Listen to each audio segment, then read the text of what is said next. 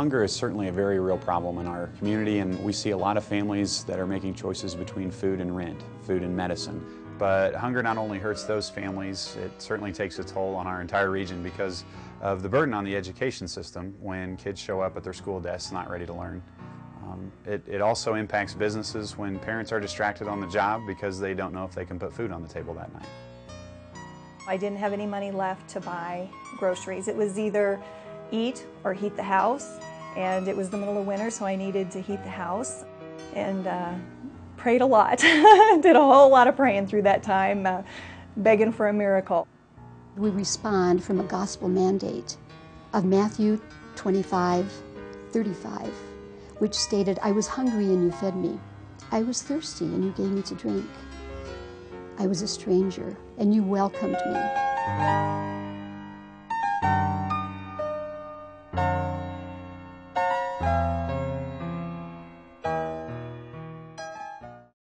We'll always try to have something to eat, but my parents don't really get paid that much. To me, it seems like we barely have food. I never thought I'd be one of those people. I was newly divorced and raising two kids on my own. They were 2 and 5 at that time, and the cupboards were getting really bare. In fact, at one point I was down to a box of macaroni and cheese and a can of pineapple. And so I made that up for the kids, but I went to bed and just sobbed because I didn't know where the next meal was going to come from. I had a job, but it was, you know, a while till payday, so it wasn't working. Food stamps didn't kick in for a week to 10 days, and so that's a long time to go without food when you have 2 small kids. And the gal that helped me at the food stamp office said, "Why don't you try Care and Share?" So I went down there and met with just the nicest people who actually cared about what my kids liked. What kind of cereal do they like, and what kind of fruit do they like, and helped me put together a box. We're serving people that are already working, too young to work, too sick to work, or too old to work. The average amount of time that folks require emergency food assistance is typically around 2 to 3 months.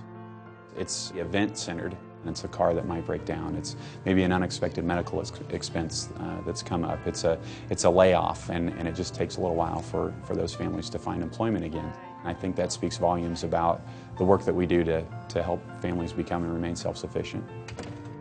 The USDA estimates that there are about 130,000 people in our service area in need of emergency food assistance.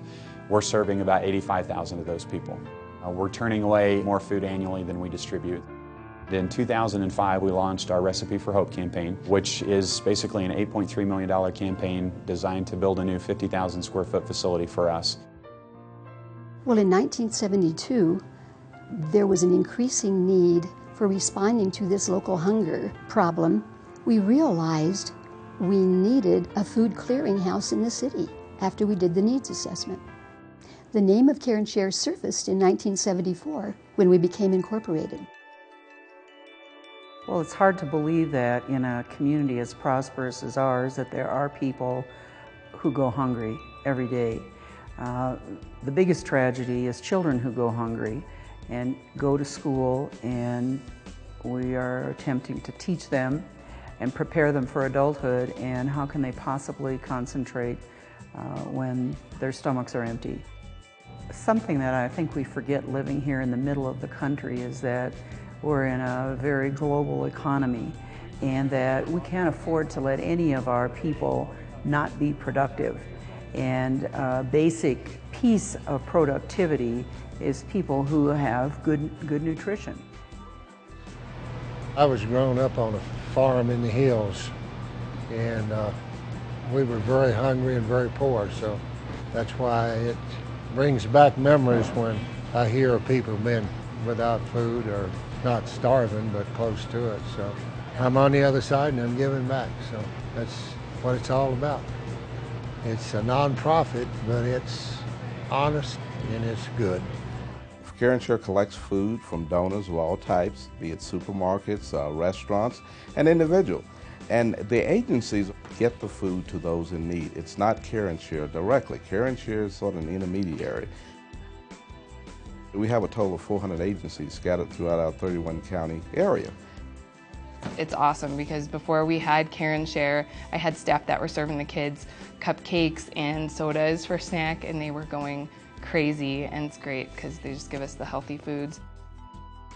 In about the first 3 days we were open, we realized we had a lot of extra fruit, and the staff as a team was concerned about the amount of fruit that we were wasting, and we wanted to do something with it, and Care and Share seemed like a really good fit. So we developed a system with them where we could get all of our extra fruit to their kids.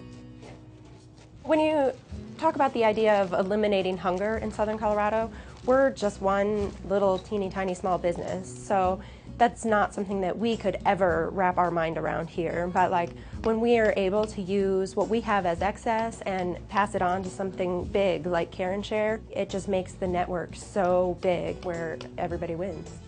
And what we're finding right now is even though we have over 400 partner agencies, there's a lot more agencies that need our help and need our food, but we just don't have the space to be able to get this food, to house this food and get this food out there. We want to actually fill the need, and we can. Pepsi as a corporate donor has always supported Care and Share. We've always participated in the holiday care drive, the food drive at Thanksgiving time. And more recently, in the Recipe for Hope Capital campaign, this will help build a stronger community. Care and Share just kind of gave me that boost and treated me with the respect that I needed because I felt so down and out. American National Bank is a major sponsor of Care and Share and of the Capital campaign. We made a 4-year commitment and we give a certain amount, and yes, it's fairly sizable. I'm a financial supporter of it because when you look at the figures of what they can do with this new facility compared to what they can do now, it's so incredibly large that I don't know why everybody wouldn't give to it. Really, by coming through and pledging more than you normally would think that you'd be able to do, really means that you're investing in the community, you're investing in these people that we're supporting to help them get back on their feet. Please come and see us. Come out and take a tour, see the facility. I think once you see the facility and really understand what the organization is all about. Hunger is certainly a problem that is solvable. Get behind our work to end hunger.